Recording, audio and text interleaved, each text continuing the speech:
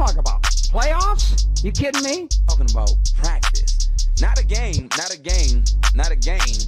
We talking about practice. Are growing out, and the only way the roots grow out every single day and they grow stronger and they grow better is if that we all water. What? Well, I'm out, man.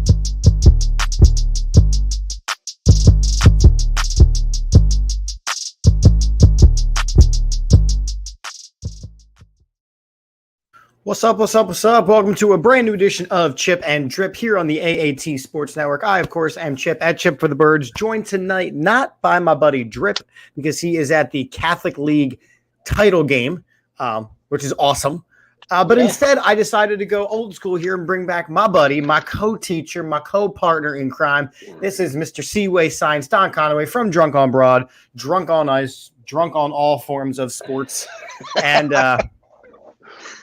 we're drunk on everything. So let's see. If it's Chip and Drip, you should be Chip and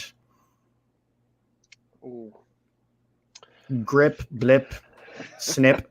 Well, I mean, I would be Snip in this situation. You know what I'm saying? Cut it out. I think we would both be. There we go. Chip and Snip tonight, ladies and gentlemen. How we doing? Snip squared. Yes, we do not have a lot of vast deference between us. So moving right along. We'll be here all night. Oh, boy. So real quick, let's talk about the sponsors. Then we're going to get into some stuff. Of course, Statement Games, fun, free twist on fantasy sports. Link is in the bio. Check it on out. The AATSportsNetwork.com/shop. Link is in the bio. Adam, thank you for tuning in already and buying some merch this past weekend. We appreciate you. We also have got, of course, Symbol, the stock market for sports. Use the code AATSports when you sign up. La Terrain Luxury Watches, AAT Birds at checkout for 10% off. Triple Threat Bets at triplethreatwagers.com, funkbrewing.com, and finally, manscaped.com, AAT Birds. Use the code AAT Birds for 20% off and free shipping. Your balls will thank you. I know, super creepy. Cool beans. Cool beans. Again, Adam, we decided there's going to be Chip and Snip tonight. And all these jokes, we're just going to have to cut it out. There you go. So a couple of things that are happening in the sports. First off, I feel like I haven't seen you in like an hour and a half or so. How was your day? It's been a minute. You know, the day is going. You know, it's that slog of, you know, for us, it's that slog of the school year between, you know, with the winter break and spring break. But, you know, it's getting we capitalize on those days where it's warm enough to get the kids outside and, you know, but all things are good, man. You know, the show has been good. We've, you know, seen a solid uptick in stuff since we've kind of slid over to the Belly Up Network. So that's awesome. Yeah, I meant to say like, that's really cool. That's been great. You know, we're getting some good feedback on the highlight, the 2-minute highlight packages that we're putting together. So, you know, just looking for things, you know, and we got a new piece of merch out. We got our Fear the Beard merch. So, you know, if you're heading down for a game on Wednesday night, you know, slide on over, get your merch. I know you guys got some good merch, you know, there too. So, you know, just looking forward to. I feel like we were like on the IV table, and we got that jolt of someone took the paddles, rubbed them together, and, you know, we just got a solid shock back into our sports world. And man, did it hit home hard and fast on Wednesday night on Friday night, and then on Sunday afternoon again, man. It was the most viewed game in absolute years. And we're talking even when the Sixers were making playoff runs before. It was the most viewed game since like 2001. It was appointment television. Like, I made sure to get ready for this game. Chip, and then not for nothing, but they didn't disappoint, right? Everything that we thought we were going to see, we saw. And, you know, to see the floor open up the way that it did, to see the players kind of start to slot into their roles, I think you're seeing the reason I think you're seeing Maxey in the role that he's in. His game fits the easiest with just being able to just run, right? To be able to get that outlet pass, to get on a fast break and move the ball. I've been given Tobias Harris a lot of crap. After I take a step back, he's a guy who's just gonna at some point slot into that, like, he's gonna have to hit spot up jumpers. Did he struggle on Friday night? Did he struggle? He struggled. He struggled. Yes. I mean, like, look, let's get into this a little bit. So we started talking about the debut already, and I think the debut is worth talking about. So right away, I'm going to put up the Philadelphia famous words, the dream team.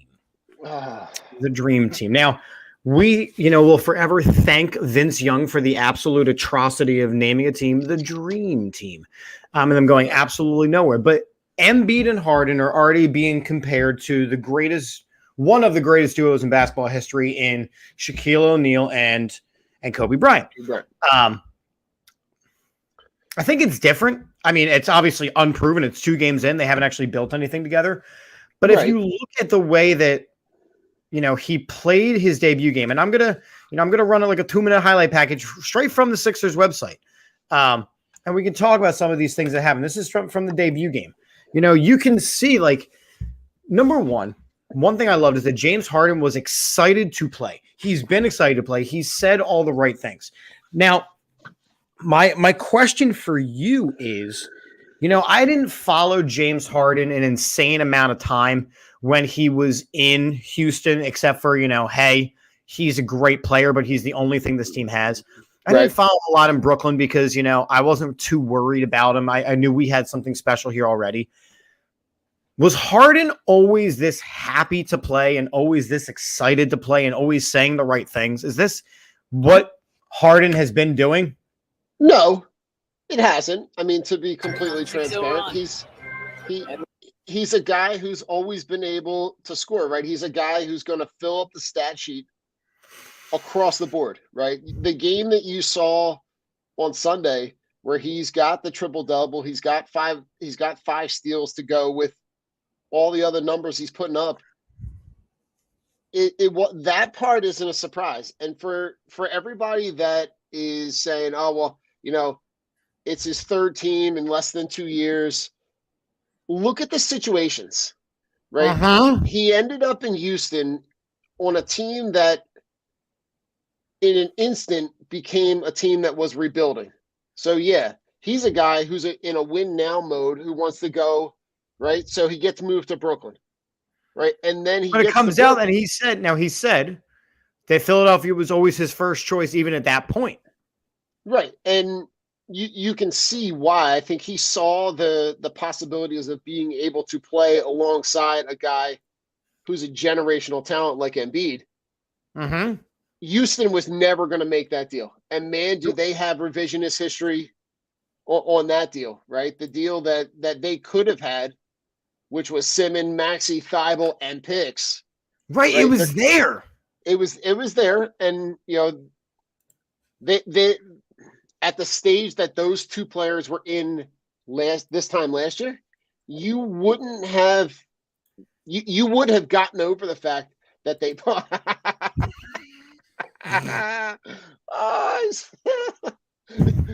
baby Benny. Oh my God. But to me, like, I look at the situations and I see a guy who the post-game quotes from him on Sunday yesterday. We're going to get into this. I have them all queued up. Ready to go. Don't worry. All right. I have them all ready. I got them all ready. That told me, I'll just say this, that told me a lot. It told me a lot about where he is and where he was and his honest assessment of what Brooklyn is. And I still can't, for the life of me, I can't see someone who looks at Brooklyn in the way that they've played this year and looks at where they are in the standings and says they are a team who can contend for a title. There's too much continuity that has to happen Mhm. in a short amount of time. Yeah, they're probably going to be on the tail end in a play-in game, but the post-game quotes yesterday told me everything I need to know about where his head is and where he's looking at taking this team.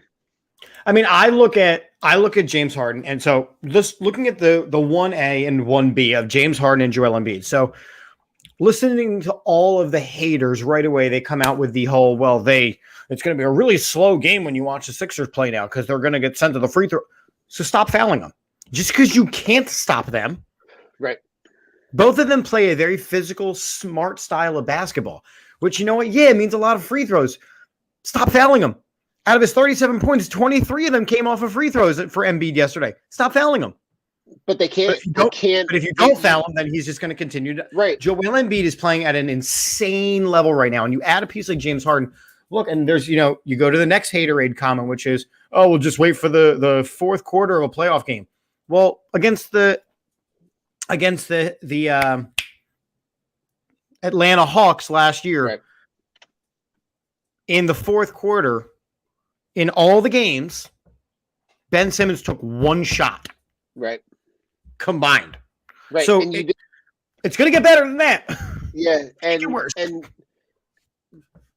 The thing that I think people aren't talking enough about is now what we've seen in these last two games with this new rotation, right? No, in those two games, you did not see any of those hockey line complete bench lineups.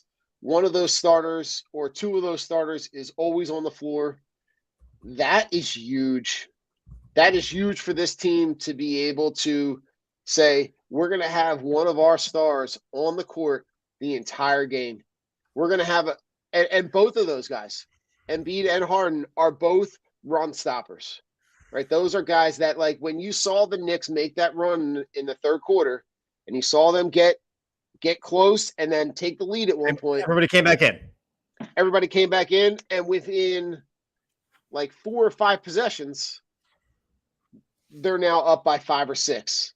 Like, to me, I saw all of James Harden, right? And he even said, like, what he doesn't know the plays yet. He doesn't know the offense yet. So literally all he's doing is just winging it, which if he's only winging it right now, look, I think that says more about Harden, and it says a lot about Doc Rivers, the coach, who I do not think the world of Doc Rivers. I do not think he is a very good coach. I think he's kind of coasted by with having a generational talent. I think when he won his title, it was with generational talents. He's got 3 members of the top 75 team.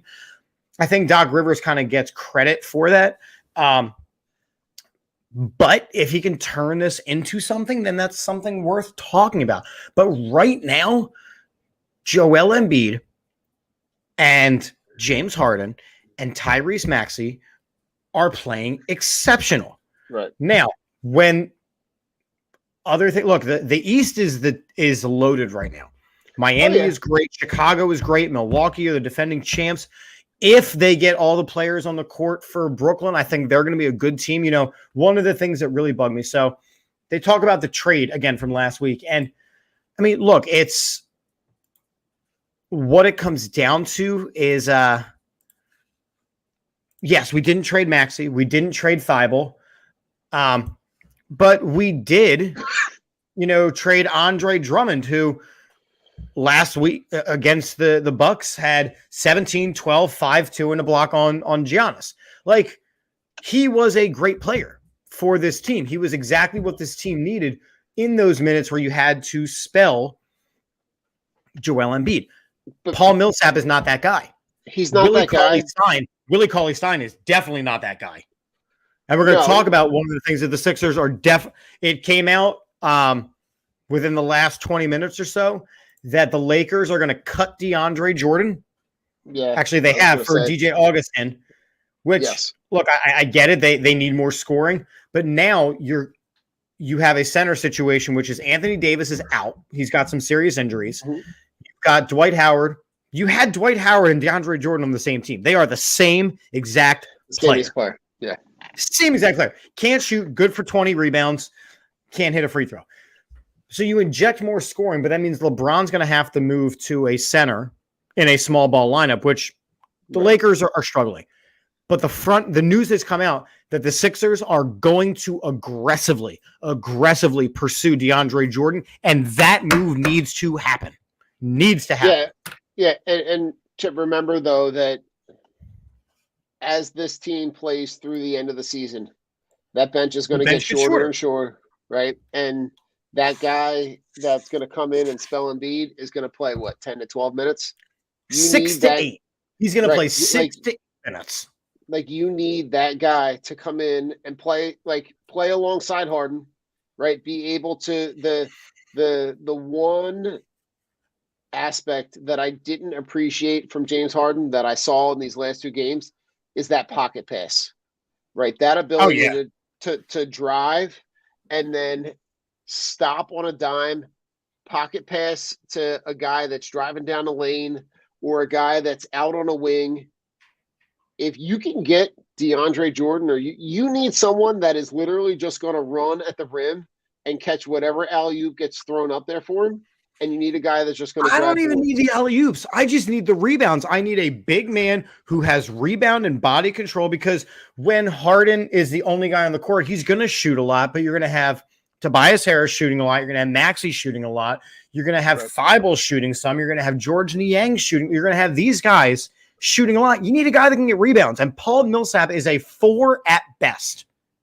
I mean, yeah, like, and not a good 4, right? But, I said at best.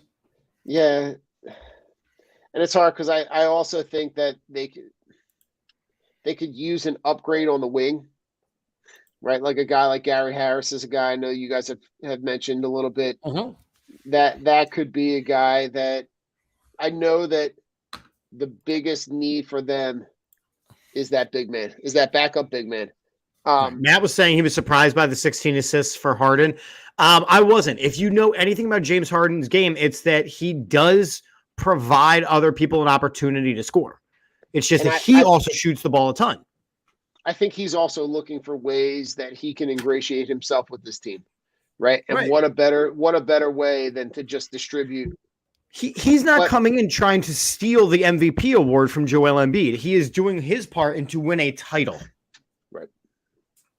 That's what it comes down to. He's doing his part to win a title. Now, the step back 3, which then turns into a 4-point play, that's beautiful in a Sixers uniform. Absolutely beautiful in a Sixers uniform. Chip, there were times where I was literally like, I couldn't stop watching. Up out of my seat, doing running around on my tiptoes, pumping my fists. I just couldn't get enough of the things that Harden was doing. And even the pass yesterday, when he's on a breakaway and he does the behind the back pass to Embiid on the fast break for the dunk, where he doesn't even look. He didn't even they played 2 games together, and he was on a fast break and didn't even have to look to know that he was right there, running right behind him. Yo, Chris. Right, exactly. I'm here for it all. I'm here for it all too, but so then we go into the next question of, look, we know that the Nets are going to put it together as the mask mandates come off and Kyrie gets to play every game, as Kevin Durant gets healthy again. But listen, they don't have a whole ton of time. The Ben Simmons thing. Look, we're going to spend 30 seconds on this Ben Simmons thing, because here's what's going to happen, right? It has come out in breaking news that Ben Simmons, due to a back injury, I want to point out the guy who has not played in close to a calendar year, has a back injury. Will probably still be a couple weeks away from his ramp up. Now, isn't that coincidental that it is right around the March 10th date where he would have to come to Philadelphia and face the music? He's got a really bad case of March 10th-itis. Oh my God. You have the epitome of getting called out at the lunch table, right? Meet me outside in the schoolyard. He could get this over and done with. Look, Even if he Right. comes, first off, he's not going to come and sit on the bench. We know that. He's not going to come and sit on the bench. But he's got to come back and play a game because, let's call it like it is. The odds are that if the Nets do make the playoffs, they will come to Philadelphia for 4 of the 7 games. He has got to play here. Yeah. But, Chip, I mean, the more and more he lets this grow, the bigger and bigger it's going to get. I don't. JD, we do fear your beard. The link is open. Come on back from the game, brother, man. We're ready for you. I don't fear him at all. I just don't know what he does. Look, I know that he could be a great player, and he's working with Kyle Korver to fix his free throws, and that's great and all. But if that is what you're working on at this point in your career, that's a problem. The fact that you haven't played a game in the better part of 9 months. Yeah, you've got to ramp. He played against St. Joe's. He played against St. Joe's a little bit. You know, you've got to ramp people up, he could beat.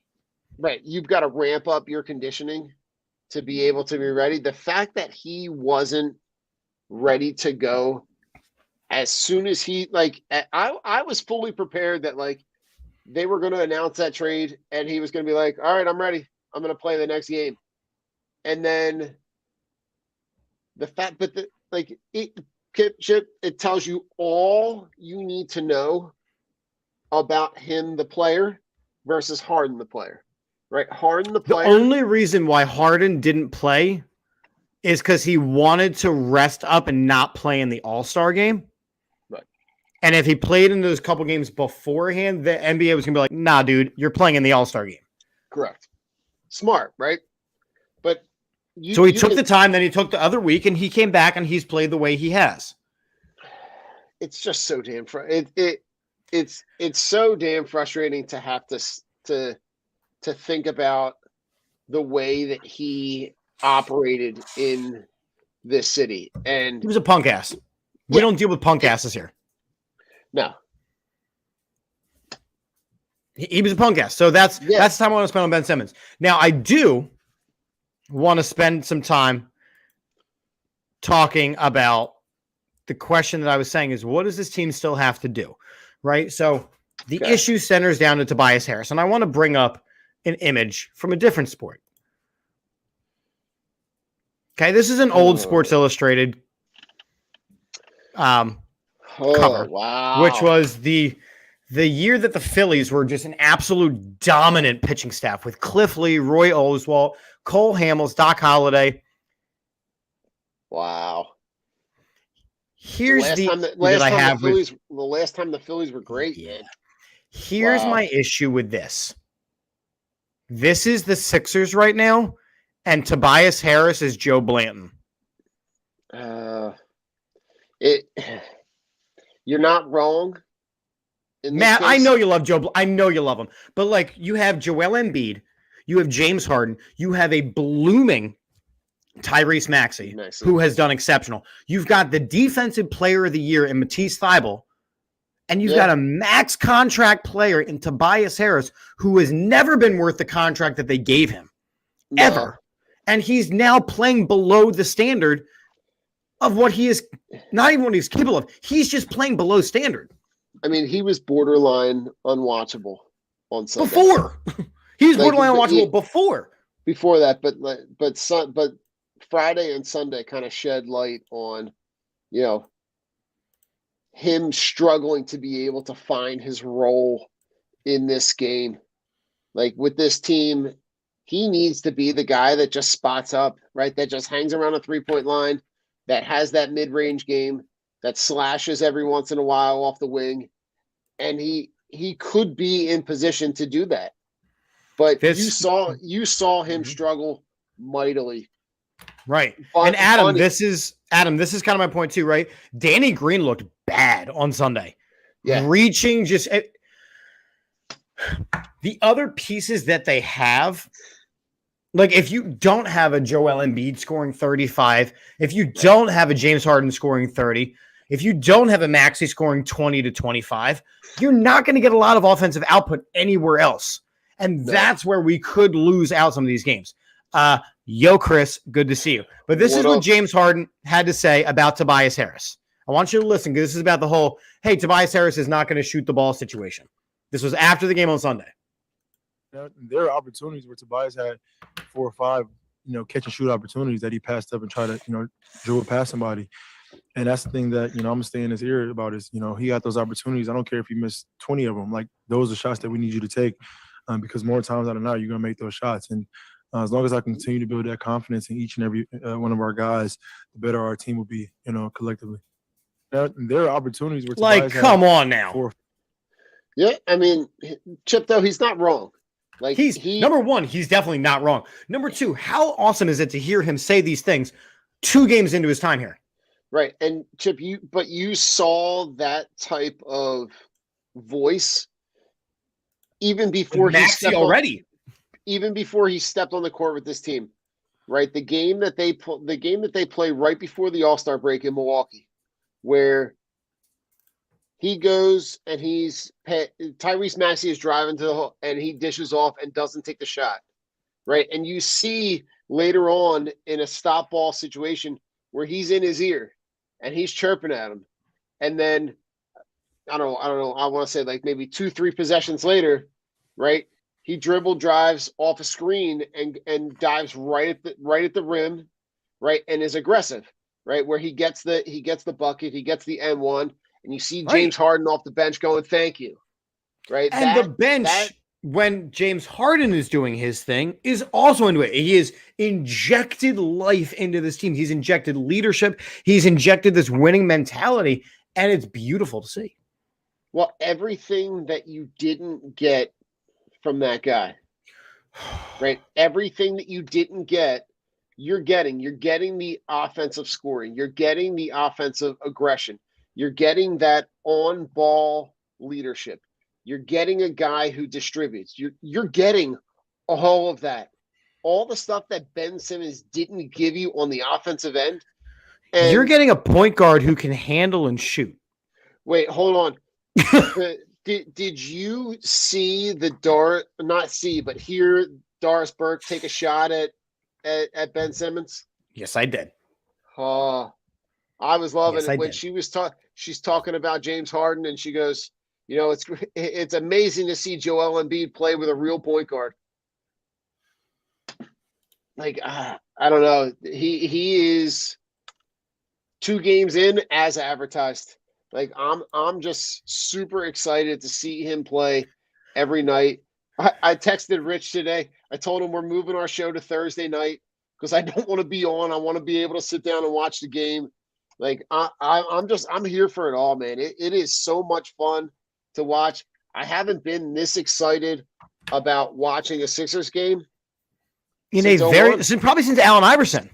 Right, Allen Iverson. That the end of that 0-1 season where they bring in Dikembe Mutombo. They have the fringe pieces around them. Feel like the fringe pieces around this group are a little bit better than your Aaron McKees and your Eric Snows. Right, but I'm just like I'm the team is exciting to be able to watch. Exciting to watch right now, and that's what it comes down to. The team is here for it, and I think that it's going to blow the roof off the place on Wednesday night when they come home for the first time with James Harden. Chip, Tuesday. They played Tuesday night. Wednesday. Okay. Play the Knicks Wednesday night. That on-court experience, that place is going to be insane. That place is literally going to implode on itself. Like, I love the energy that I feel in the building, right? The energy that I feel like I'm there. You saw it at Madison Square Garden. I was just about to say, did you see the back of the New York Times? He's public enemy number 1. Right, but that it felt like a home game. It did. Right, the fact that you're hearing that you're Sunday prime time, ABC, middle of the afternoon. Those ratings had to be stupid. You're at There's the no Garden, football. There's no football. Those ratings had to be stupid. But you're at the Garden, and Embiid's at the line, and you got MVP chants that are loud enough that you can hear it. I mean, for the 25th time when he was at the line. Yep. it's just fun. Just fun. It's fun to watch. It's great to see. And that chemistry is only going to grow. That only chemistry is gonna only get going to grow. So look, last season around the trade deadline, I was adamantly against bringing James Harden to Philadelphia because I thought Ben Simmons was still going to be a part of this team. I thought he was going to try to improve. I thought he was going to be a part of this team, and I would rather have taken the defense over what James Harden had to offer. James Harden is a serviceable defender. He's not great, but that's what you have Thibault for. Right. That's what you have a young Maxey for. That's what you have Joel Embiid in the paint for. You see your Harden is never going to guard your best the best offensive player, right? He's going to guard the off ball guy. Thibault is going to guard your best guy. And the drop off from Simmons' defense to his is not that drastic a difference. It's different. I disagree. I think Simmons, when he is invested in the game, is one of the top defenders in the game. Right. However, that is literally the only thing he gives you. But that's a huge if. And right? last year I said if it came to Matisse Thybulle or Ben Simmons, I even said last year I would keep Matisse Thybulle because at least he's coachable. Yeah, but also you think about you think about where Thibault is in his game in relationship to where Simmons, and that is a huge if that you were talking about. With right. If he's invested in the game, right, and he's only invested on that end of the court. Like the Nets, I really truly feel like the reason that they made such a push to sign Dragic is because they are going to do their best to hide him on offense. Well, that's what the Sixers had to do. Right. He was not even able to play defense in that Hawks series in the fourth quarter because he couldn't be on the court. It was 4-on-5 every offensive possession. He's going to be, you're in your dunker spot in the corner, waiting for someone to dribble. But he's drive your point guard. He's not going to play point guard for them though. Like Kyrie. I mean, I know that, but he's your point. We traded Jimmy Butler because Ben Simmons wanted the ball. But he's too much of a triangle to even think about. He's a stupid. Yes. So, Chip, to go back to your question, guys that they should bring in, right? Yes. DeAndre Jordan is on the list. DeAndre Jordan is a must. DeAndre Jordan is a must. Well, listen, DeAndre Jordan, Enes Kanter. I'm sorry, what was his name? Oh, Enes Freedom. Thank you. And what a bet! I mean, Philadelphia Freedom, right? You could bring him in. You could. I know. He's never done anything for me. What's that? One of the Lopez brothers. Like any of those guys. I'd take Brooke. I would not take Robin. Listen, any of those guys that are going to be a big man that are going to come in and be serviceable. Right.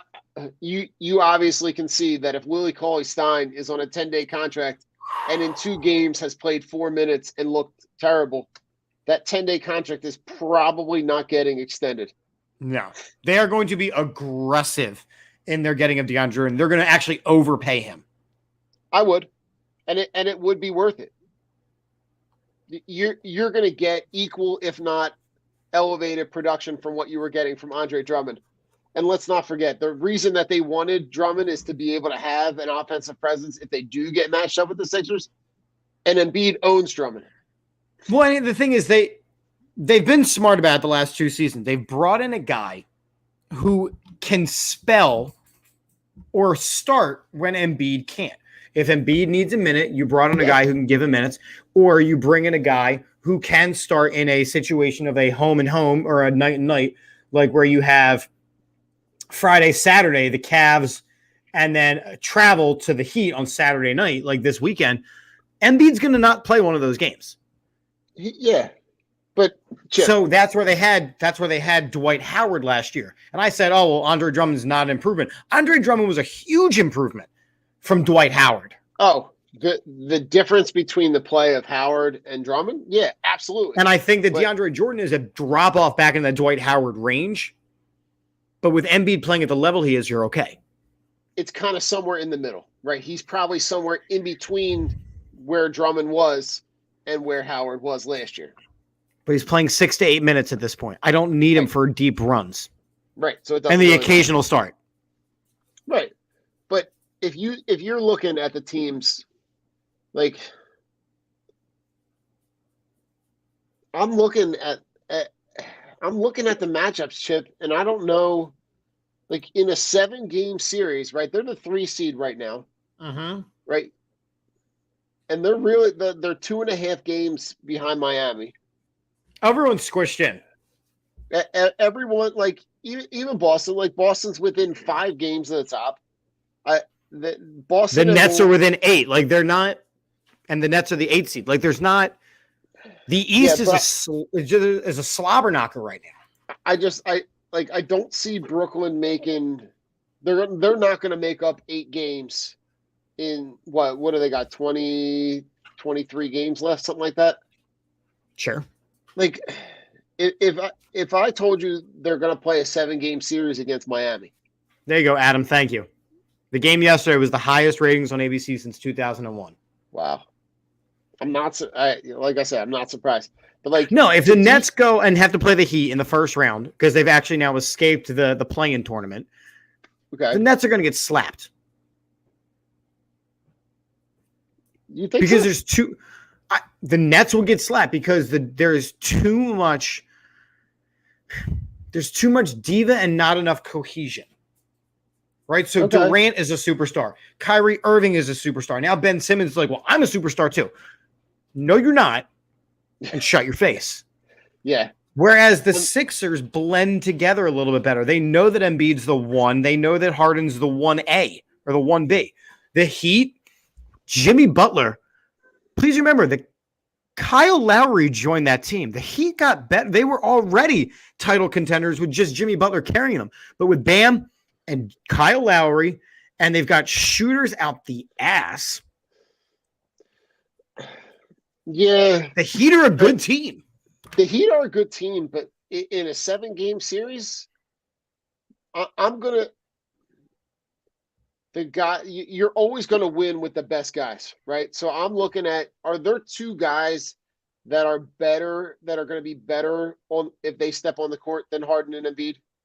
Like, is there any one player that's on the Heat that you would say is better than Embiid and better than James Harden? I think that Jimmy Butler's in the conversation, but not this season. Right. So, like, to me, if I look at the... I don't think there's a better player in the league than Joel Embiid right now. No, not at all. But, like, if I look at that roster, right, I'm going to go with the best guys, right? I'm going to go with the guys that are the best players, and that's who I'm riding with. Like, and nobody on Chicago really scares me. Like, Nick Vucevic does not scare me. No, but DeRozan does. DeRozan can be that guy. I've always wanted Zach LaVine in Sixers uniform. But in a 7-game series, do you see them? So here's my question. Do you see them beating the Sixers 4 times? I don't know enough about this new lineup yet to give you a solid answer. So that's going to be my question. So They've made this move. They've looked exceptional in these first 2 games. What is a reasonable assessment for the way they finish the season? Do you think they win the NBA title this season, the Sixers? I think they're in the conversation now. They were not 2 weeks ago. I agree. They were because it was Joel Embiid and the Sixers. Right. It was right. It was Joel Embiid driving the magical mystery bus, right? And you had Shaggy and Scooby Doo and everybody else running in. You got your Robin, right? You got your Batman and Robin. True. You got 2 guys that now put you in the conversation with the Suns, with the Warriors, with the upper echelon. And I honestly think that they're in that conversation now, and they were not 2 weeks ago. And nobody on, if I'm looking at the teams in the top 4, right? Cleveland, Chicago, and Miami, along with the Sixers.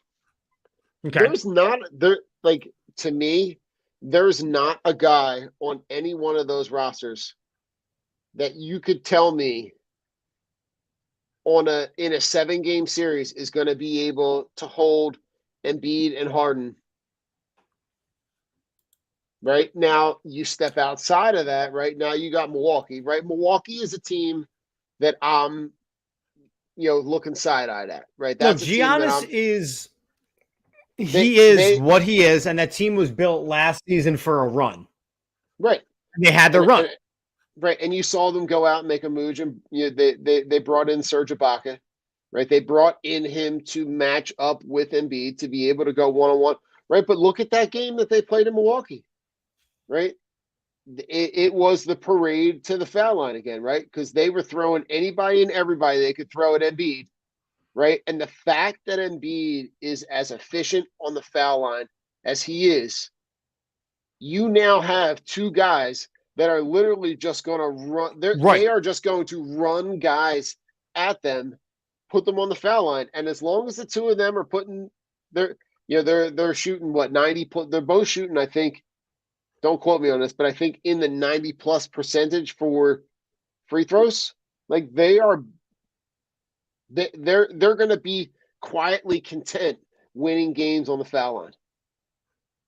Right, and again, the opportunity, so just stop fouling them. Stop fouling them. Yeah, so stop fouling them.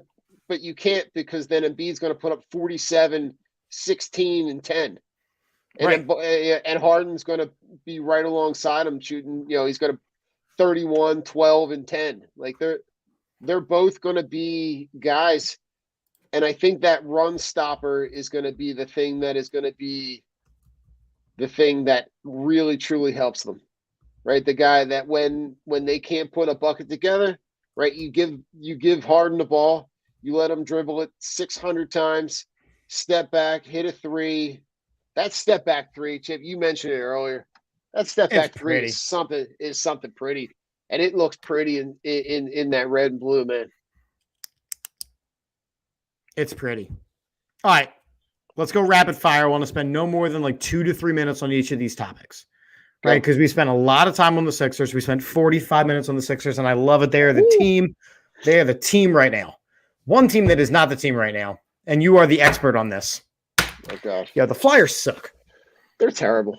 You want to talk about unwatchable. But wait, they won a game this weekend. Chip, their 16th game of the season. In the last, since this season, since this calendar year started, they have 3 wins. 3 wins this calendar year. This team it's not even borderline. They are. Matt, I know I had to do it though. I'm sorry. It's been months since we smashed on the Flyers up in here. I apologize. It's so bad, and I can't for the life of me wrap my head around what the reason I can't wrap my head around what this organization is doing is because I don't think the organization has a clear goal in mind. Right? Well, they clearly don't. Their biggest asset is their mascot. And don't you dare insult Gritty. He himself is an uncut gem. I'm shitty on Gritty. He is an uncut gem. All it does is tell me how deep this problem is. Right? This problem is way deeper than anyone wants to admit. It starts all the way at the top because the people at Comcast don't want to actually run a successful hockey team. They want a profitable hockey team. So let me ask you this, right? Because you were on your Drunk on Ice podcast, and I commented and I asked a question, right? Yes, they had a town hall meeting tonight. Who gives a shit? Like, stop fucking meeting. Stop having these press conferences where it's complete bullshit. Like that. Listen, that was my question. So 2 years ago, when I started getting back into the Flyers, they were a dominant team. They had Carter Hart. Like they were gonna be something special. Now it has gone the complete and total opposite way. And I need to know why. I need to know because Carter Hart's still there. He is letting in goals at an all-time high. They went out in this offseason and they got defensemen. Those defensemen have not been good. They are not scoring. Are they still? Because I have not brought myself to watch a game. Are they still doing the thing where they don't shoot the puck? Which is kind of necessary in hockey. All of the things that they banked on this offseason, right? You saw them go and get, right? You and I and a million other Flyers people talked about, they went out and got people with letters on the sweaters, right? They got the guys that had been captains and had leadership qualities and had this and had that. And they made investments and they put them all in one basket, right? But the thing that this organization, its biggest issue is the fact that they are constantly trying to get back to that era of that Broad Street bully. Well, then go out and sign a 106-year-old Eric Lindros. But here's the thing, though, Chip. That era is gone, right? That era of hockey doesn't exist in the current state, right? Right now, you see the teams that are successful. Those teams are fast. Those teams have a ton of skill guys. They got guys that shoot the puck constantly. That you don't see the muckers and grinders. You don't see the enforcers. You don't see any of that shit. But they are constantly. But you don't see anything. There's nothing to see with this team. You're right. There is nothing to see. Right. You don't see any aggression on the offensive end. You see them sit back and play a very passive approach. They don't shoot the puck, right? When one thing that happens that I know in hockey is if you just fling the puck at the net, sometimes it goes in.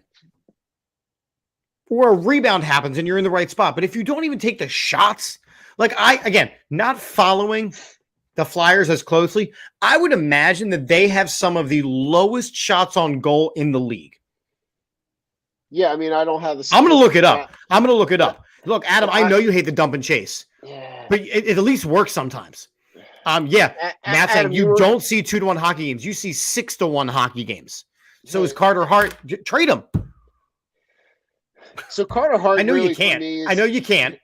You can't. He's in my mind, he's really the only guy that I wouldn't consider moving at this point, right? A guy that it's really the only young prospective talent that you can say you could see having a legitimate shot of potentially. But here's the other thing. Here's the opposite side of that, right? By the time he gets good enough to turn it around, what are we talking? 3, 4, 5 years from now? If not longer. If not longer, right? So, and some of the frustrating things I've seen in the sense where you get, how many times have they given up offensive opportunities when they're on the power play, right? When they are up, when they have one more skater on the ice and you've got guys that are they're giving up offensive opportunities. It's just mind crushing to see how far and how fast it took for this team to fall. Right. Because they started off well and then it's just so frustrating. And I'm like, the drop back pass on the power play. There have been the 10 minutes of hockey I've watched this season. Yeah. There have been 2 to 3 power plays where they don't even get a shot off. It is crazy to me how passive this team is. Yeah, it's just it's soul crushing. And at this point, right, you got to sell off whatever you can sell off, right? So you sell, like I really think that you sell Giroux to Minnesota, Colorado, Vegas, whoever wants him. But any of those guys that they brought in on those 1-year expiring contracts, right? Sell them for whatever you can get because, Chip, I don't know if you looked at the standings lately, but they have your new favorite expansion team I think is either tied with or has as many wins as this team. Right? I think they're I both. love I think it. they. I'm going to check right now. I'm pretty sure that they both have 16 wins, which I know is so little about hockey that I don't even know how Chip. to They look both up what have I'm trying to look up. They both have 16 wins. It's just it's that should tell you the state of their franchise, right? And there's only I'm looking at there are 2 teams with less wins. Right? Montreal's got 13 wins and Arizona's got 14. It's just All right. it to me is just insanely frustrating. What do you got? Shots on goal. So I can't find shots on goal, but they are, let's see, 1, 2, 3, fourth in the league from the bottom in goals scored. Oh God, Chip, I could tell you that. Their leading scorer, Giroux, Yeah, I remember the stat from your conversation. is the 73rd highest scorer, and that is your leading scorer. Oh, wait, hold on. I can find it now. Wait. S is Go ahead. shots on goal.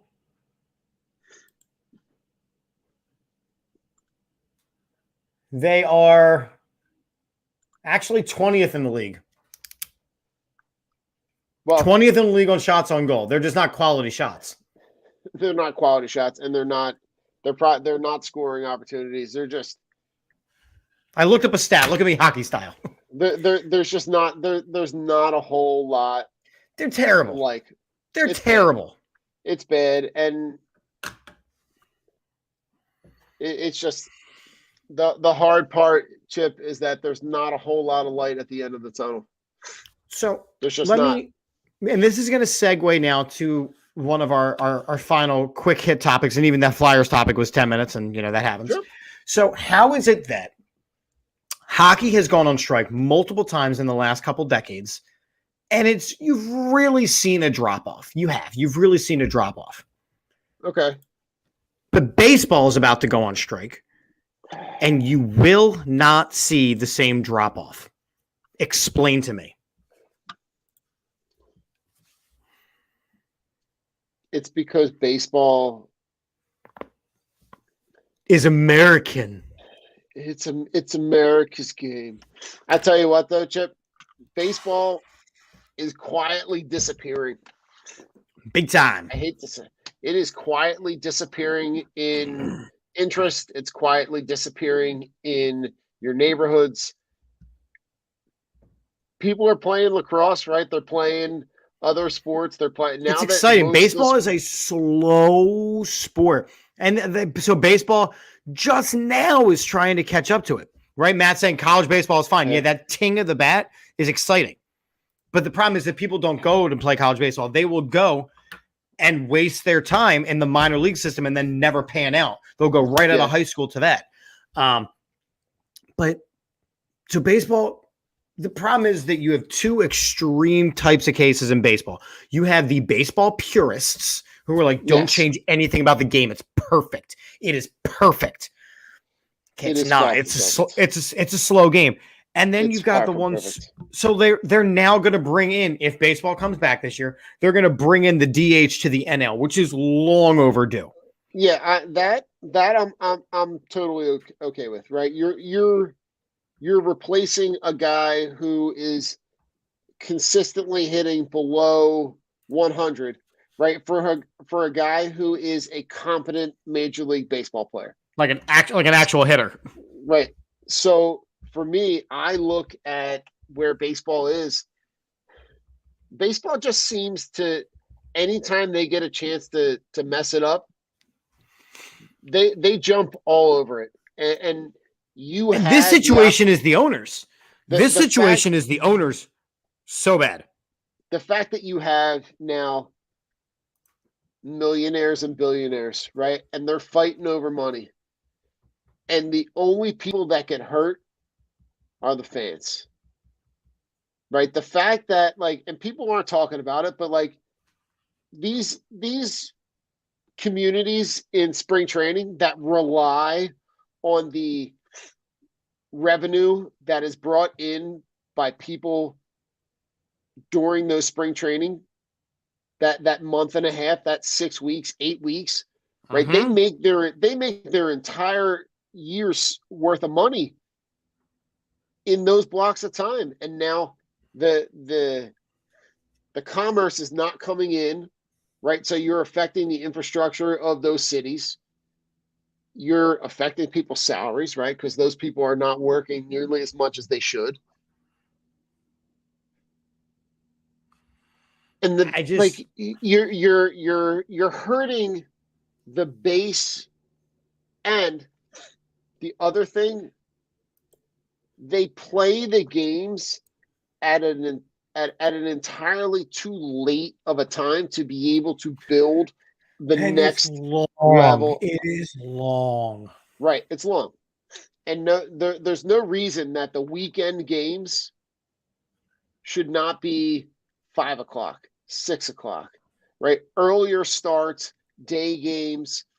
That's one thing. If you're putting me in terms of trying to come up with ideas to be able to fix baseball, you push up the start times, right? Thank you, Adam. The games should start earlier. Start them at right? 6. 6, right? You still have the opportunity to be able to get those fans excited about watching your game. Look, baseball is going to struggle this year. Baseball is going to struggle this year. So much so that Bryce Harper, and again, he's doing this just for fun, but he's reaching out to Japan and going, "Hey, you guys awake? I'm free." Yeah, wow. Yeah, don't make me have to go and pick out a team in the Japanese baseball league to watch at 3 a.m. I'll do it. We were doing in the pandemic. I'll do it. I'll do So it. what? All right. So we talked about the universal DH. We talked about maybe moving up flexible with the. They're the times. trying to have the conversation about the whole runner starts on second thing, so you don't have to play 18, 19 innings. I think that's fucking stupid. I don't hate it. Just come on, give me a winner. It's one of the only sports where ties are allowed or not allowed anymore, or like there's not a quick way to end things. Yeah. I'm just glad that there's not like some cheesy like a home run derby thing. Yeah, like there's a cheesy shootout hockey.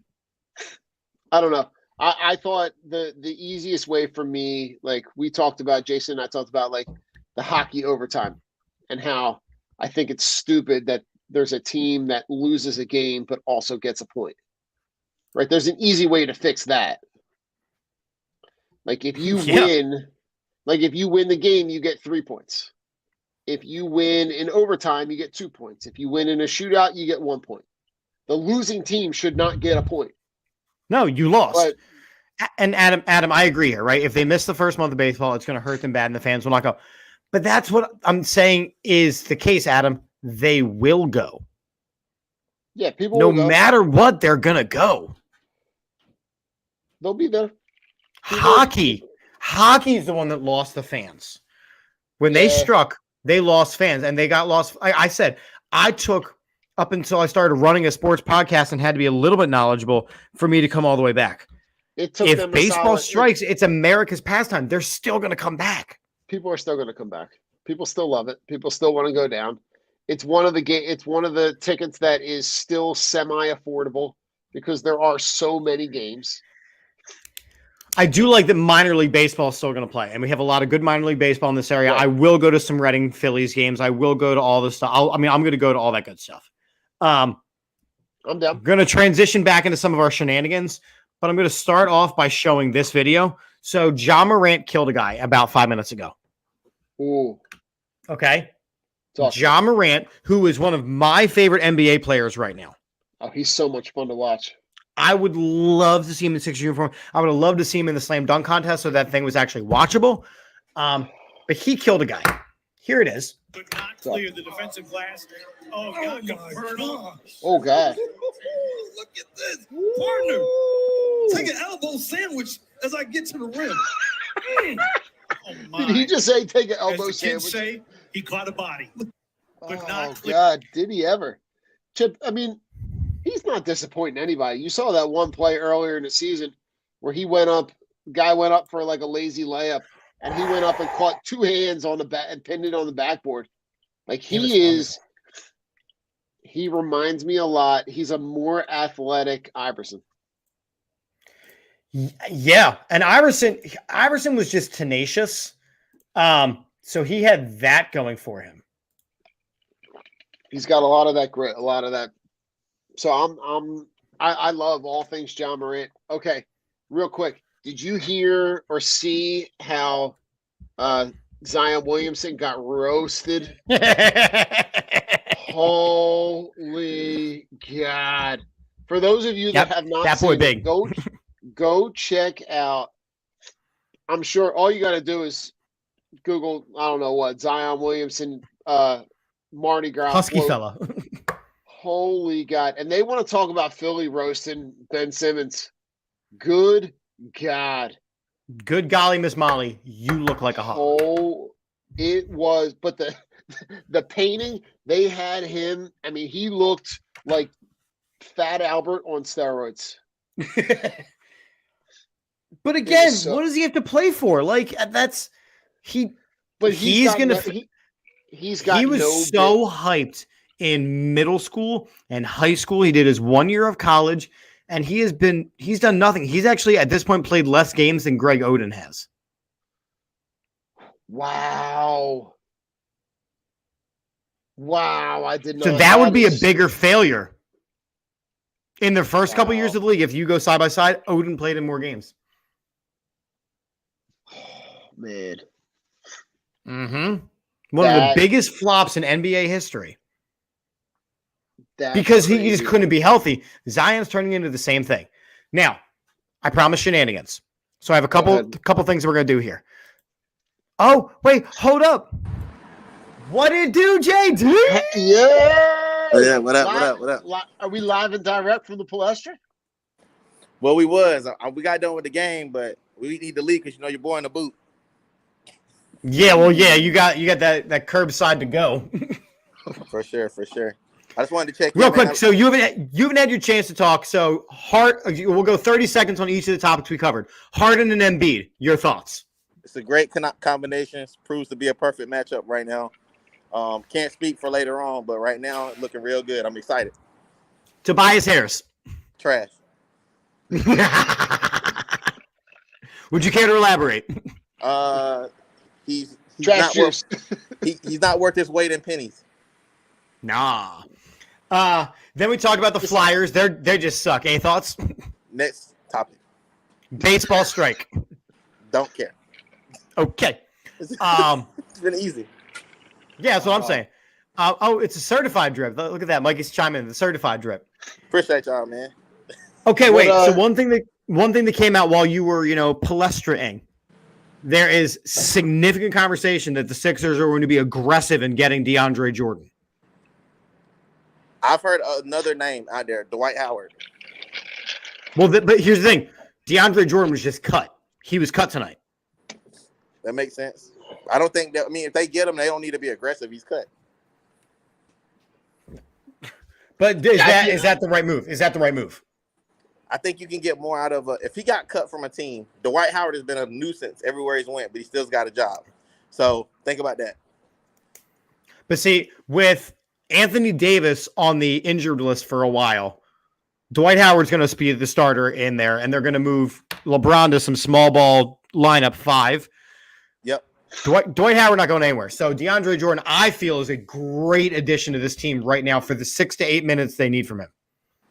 I also agree. Just DeAndre Jordan just never did it for me. Even when he was in his prime, he didn't do it. He can go and he can serve some minutes, but I mean, you getting those minutes honestly right now. I mean, we didn't even get to try. What's my man name? Willie Cauley-Stein. They didn't even try him. He's played 4 minutes in 2 games, sir. So yeah, I mean, it's not like.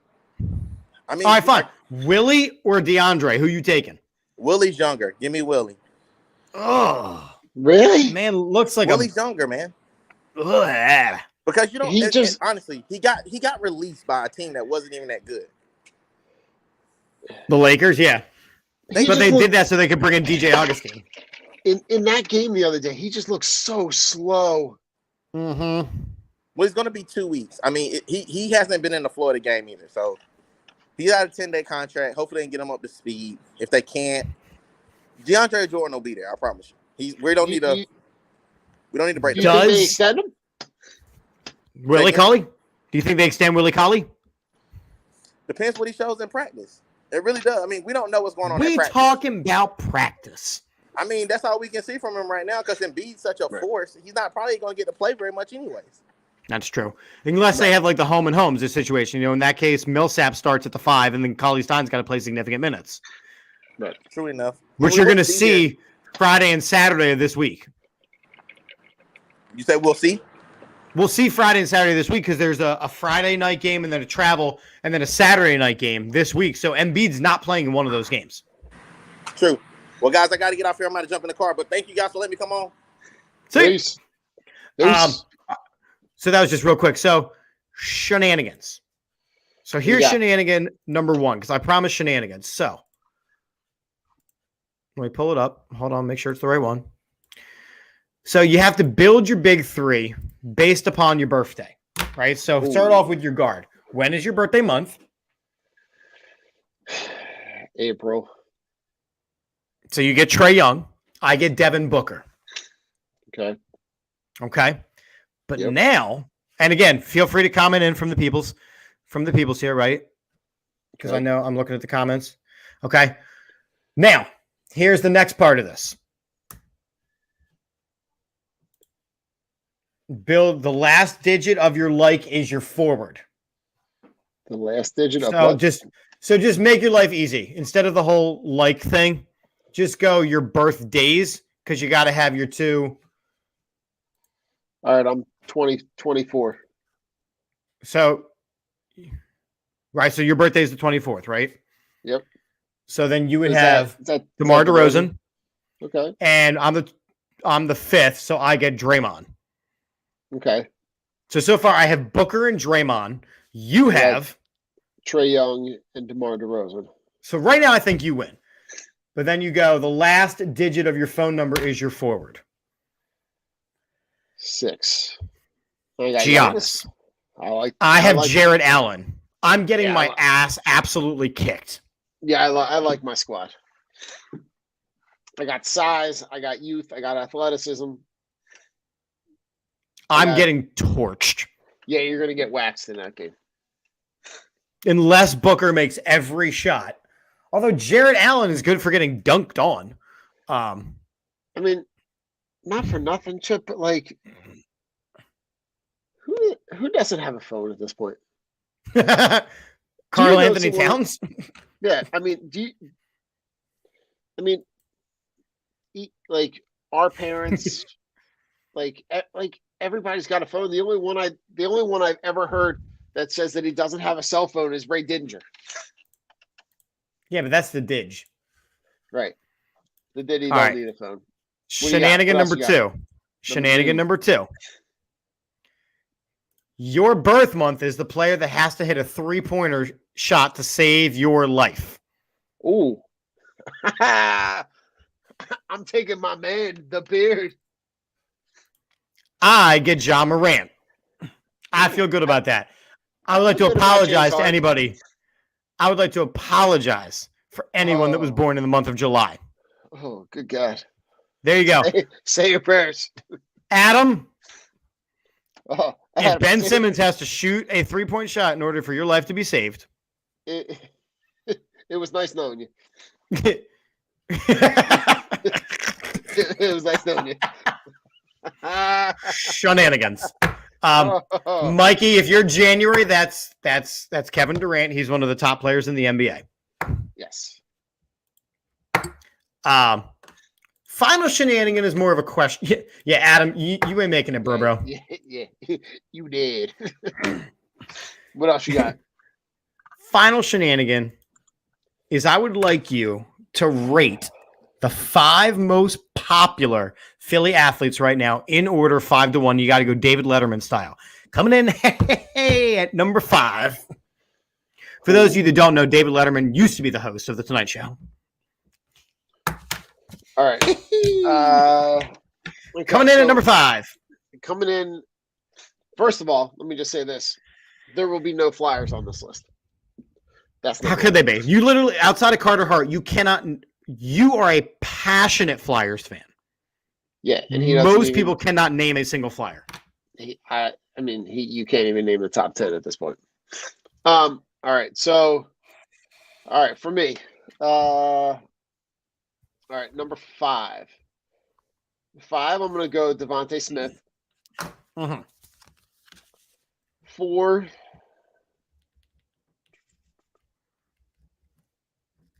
Oh. All right, so 4, I'm going to go Jason Kelsey. Uh-huh. 3, I'm going to go Harper. 2, Harden. 1, Embiid. So we're really close. We're really close. Coming in at number 5 from again, because it says right now. Right now. I don't think that Devontae Smith makes the right now list. He's kind of out of sight, out of mind. So for me, 5 is Tyrese Maxey. Okay. Yeah, you can. Because right now, everyone is paying attention to him very closely. Yes. So I wouldn't hate on you for that one. Yeah, I got Maxey at 5. I got Kelsey at 4. Because even though there's not Eagle season, he is in everybody's hearts and minds at all time. Correct. Always. Bryce Harper's 3. And he was almost my number 2. But again, I use that keyword right now. James Harden is my number 1. Okay. Joel Embiid is my number 2. Only because he's been here and everybody loves him. But nobody can stop talking about James Harden. Okay. So for me, it's Maxey at 5, Kelsey at 4, Harper at 3, Embiid at 2, James Harden at number 1. All right. Hold on, Adam. Adam looked to weigh in. Hold on. All right. Adam, I got some philosophical differences here. Jalen Hurts is not popular as a fan base collectively simply because half of the fan base wants to get rid of him for anyone that can throw a football. He's replaceable. Lane Johnson is out of sight, out of mind. Maxey, Harper, and Embiid. So James Harden isn't even on your list of top 5 Philly athletes right now. And Bryce Harper? Adam, I'm calling you out. Adam, you're a guy who's had Bryce Harper on your default photo. Your Facebook default photo for as long as I've interacted with you on Facebook. Your default photo right now has James Harden in it. How can you say he's not popular? Wait. It's got Joel Embiid and James Harden. Oh, wait. No, Harden's not on there. Harper. Never mind. No, my bad. Harden isn't on your list at all. Yeah, Adam. Adam, you know I love you. I just don't agree with your list. Yes, and Adam, you just bought a Fear the Beard Drunk on Broad shirt. How does he not make your list, bud? Please explain. Explain. Oh, you got a lot of explaining I to messed up. Redo. I love it. Sorry, we came right at you, Adam. I apologize. We got a cease and desist on that one. It's all love. Yes, Matt. You know what? Jalen Reagor does get no love. You're right. It is all love except when it comes to Jalen Reagor. He's on the pay no mind list. Good God. All right, so Harden is going to Adams 3, which bumps Jalen Hurts down. So now your list is Lane at 5, Maxey at 4, Harden at 3, Harper at 2, Embiid at 1. Okay. I can live with it. The Lane Johnson one, I still don't think Lane Johnson's more popular than Jason Kelsey. Lane Johnson didn't get a case of beer sent from the head coach. True story. So, but again, Adam, I can live with your list a little better. I can live with your list a little better right now. So that's what I got. Listen, I have nothing else at this point. I'm excited to watch more Sixers basketball. Before we get out of here, right? A little shenanigans on my end, right? Like, ooh, shenanigans. Give me a show you're watching that's not sports related. Ooh, so I have a couple because I am a big binger when I get the opportunity. Okay, talk to me. So I am rewatching Brooklyn Nine-Nine. Okay. which is Never seen it. hysterical. It's Never seen it. hysterical. It's hysterical. I am always up to date on, Grey's Anatomy, Okay. which at this point they're just beating a dead horse, but I'm so committed to it. I am trying to stomach my way through How I Met Your Father, Okay. but it's awful. That's what I've heard. I like Abbott Elementary as a teacher because I'm watching these things like seen it. Right. I am rewatching for the 17th and a half time The West Wing. That's your favorite. That's my favorite. That is literally my favorite. And we are watching Outlander. Chip, I got to tell you, that is number one for the boss lady. The boss lady is I'm sure it is. A dreamy front- Scotsman who is always half naked. Dreamy Scotsman. I love it. She's got it. Listen, that's our mutual show. We're super excited to see. They got the new season coming on. That's going to start on Sunday. Are you guys all caught up? We are not. We just started season 4. Okay. So I don't want to spoil alert. Are they in America yet? They are in America. Okay. All right. I didn't spoil In anything. fact, there was just a scene which I am going to crop and show to my students because they talk about something and I'm like, oh my God, that's the best way to phrase it. That's why this part wasn't dealt with. Don't worry, it's not one of the naughty scenes. It's a very, very clean scene. It's a straight economical scene. Gotcha. Yeah, but the other show, the show that I'm watching right now, is the show on Hulu, Wu-Tang. The Wu-Tang. Are you watching Tiger. that? How is that? So good. So good. Definitely not for children's eyes, but so good.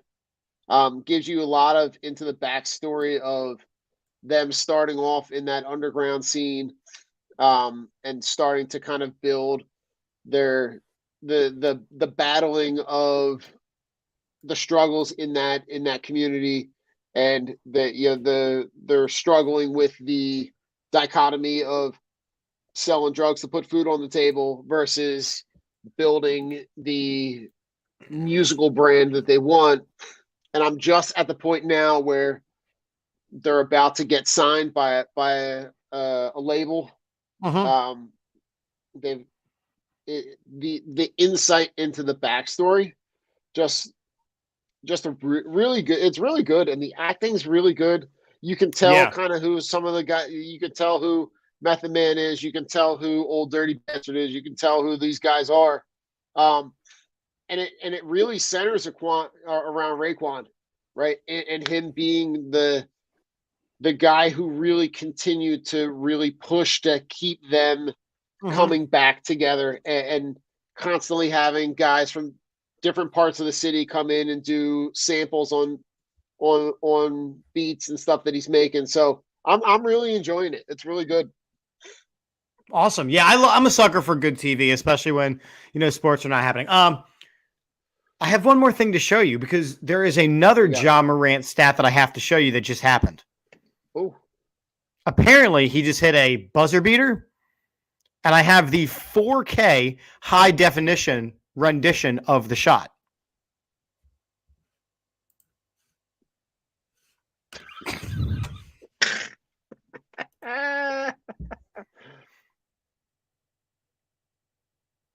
Stop it. What in the ever-loving hell is happening right now? Oh my God. What just happened? Oh my God. Where did you find this? If you do not follow NBA Paint, you absolutely have to. Oh, all right. I'm on it. I'm on it right now. Look, it's Mookie Butts. Oh my God. Jerry Rice. That's too Markelle funny. Fultz. Oh my, Markelle Fultz. Like these kill me. These absolutely. This is DeMar DeRozan.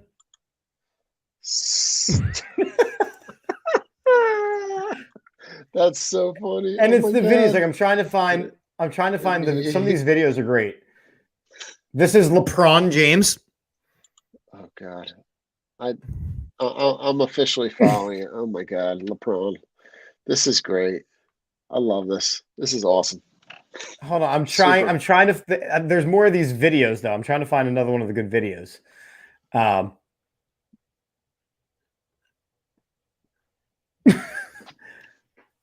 Oh, what's this one? Oh, come on. This is Bat Stafford. Jesus Christ, this is pretty funny. I love it. Odell Beckham Jr. Jesus Christ, These are fantastic. Hold on, there's actual like videos of these though, and I'm just trying to find. There was another one that turned me on to this. I don't know if I find. We'll probably watch more of these. Okay, somebody got a tattoo though. That's too much. Yeah, that's just going too far. This is the NBA trade deadline. Okay, yeah, that's great. I love it. That's awesome. This is instead of Ja Morant, it's Jam Orant. Oh my God, they're awful. Oh, the new edition of MLB The Show. On this note, I'm going to stop it. A lot of great sponsors. Make sure you're checking them out in the bio of the show. We do appreciate the amazing, amazing comments the entire night. The conversations that we had. I mean, I always enjoy doing my Monday night show. It makes me happy. Don, I thank you for joining me. Filling in for Drip tonight. So it was Chip and Snip. Actually, why did we not just go with Chip and Kip? It's Dad. Chip and Kip's dad. Dad. So there you go. From now on, it's Chip and Kip's dad. There we go. Check out the bios. We're going to play the Manscaped commercial. Mikey, sign off. You don't need to see this. And as we end every show here on the AAT Sports Network, we end with a very positive, very happy team. We did not talk about it all tonight. Thank goodness. Go Birds. And Go Birds. Peace out. We'll see you Thanks next for time. having me out. Yep. Bye, friends. Bye-bye. Exciting news from our friends at Manscaped, who just launched their 4th generation performance package. This ultimate package includes the Lawnmower 4.0. You heard that right, the 4.0. Manscaped, the leaders in male grooming, have done it again to make your grooming game next level. Join the 4 million men worldwide who trust Manscaped with the new Performance Package 4.0 by going to manscaped.com for 20% off and free shipping with the code AATBirds. The Performance Package 4.0 by Manscaped has arrived, and oh man, it was worth the wait.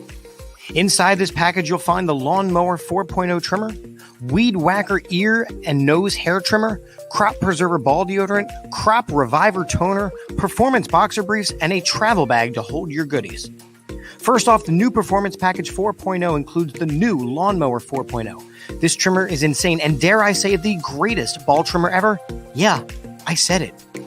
Their 4th generation trimmer features a cutting-edge ceramic blade to reduce grooming accidents thanks to their advanced skin-safe technology. The Lawnmower 4.0 has a 7,000 RPM motor, a new multifunction on-off switch, and can engage a travel lock. And it gives you the ability to turn the 4000K LED spotlight on and off when you need a more precise shave. Oh, and did I mention this trimmer is waterproof too? You thought that was good? But want to take your grooming game even further to the next level? The Performance Package 4.0 also includes the Weed Whacker to chop your worst weeds up top in your nose and ear. The Weed Whacker is also waterproof and uses a 9,000 RPM motor-powered 360-degree rotary dual-blade system. This nose and ear hair trimmer provides proprietary skin-safe technology, which helps prevent nicks, snags, and tugs in those delicate holes. Seal the deal with Manscaped's liquid formulations, their Crop Preserver ball deodorant before leaving the house, and Crop Reviver ball toner for a mid-game ball check. Trust me when I say this, fellas, your balls will be thanking you. Manscaped even threw in 2 free gifts to their Performance Package 4.0, the Manscaped Boxers and the Shed Travel Bag. Bring your comfort and boxers to another level. Get 20% off and free shipping with the code AATBirds at manscaped.com. That's 20% off and free shipping with the code AATBirds at manscaped.com.